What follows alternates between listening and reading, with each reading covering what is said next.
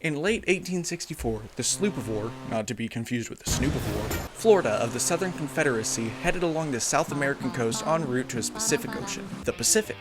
Commander Charles Morris pulled into a Brazilian port in Salvador Bahia on October 4th, after 61 days of voyage for repairs.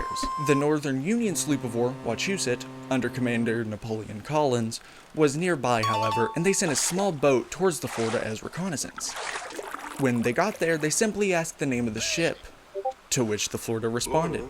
The recon team said that they were part of the British naval ship Curlew, said that they'd see them in the morning, and then quickly returned to the Wachusett, which sat just out of vision of the Florida. The next morning, the Florida was terribly surprised to see the Wachusett speeding into the port's bay. Morris, the Florida's commander, went and asked the Brazilian governor's aid, and when he gave Morris 2 days to repair the ship, he said that he felt that something were to happen, and that it's the Florida's fault if it does, but that the Brazilian Navy would fire upon whoever fires first either way.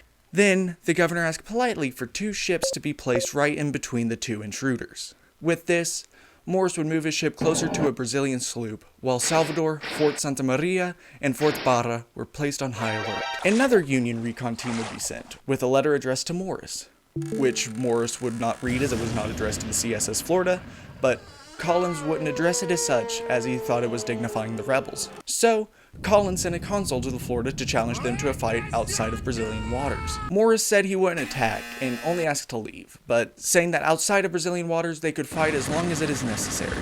But then he refused because the Florida was one of the only remaining Confederate ships. At 3 a.m., the Wachusett pulled its anchor and went to brawl, opening fire just over half a mile away, but due to the rough weather, none hit.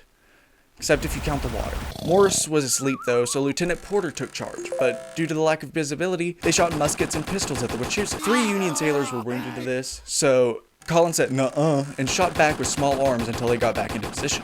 When in position, the Wachusett fired into the Florida's side, removing a mast and breaking down the defensive walls. The Wachusett backed up and asked the Florida to call an FF, to which they never answered, so they fired again and approached to take the ship for themselves. Collins asked the men to ram the Florida. The engineers said that steam boilers could explode, but hey, at least it exploded inside a Confederate ship. They did eventually make love, but neither was heavily damaged. A Union boarding party emerged though and forced the Florida to surrender.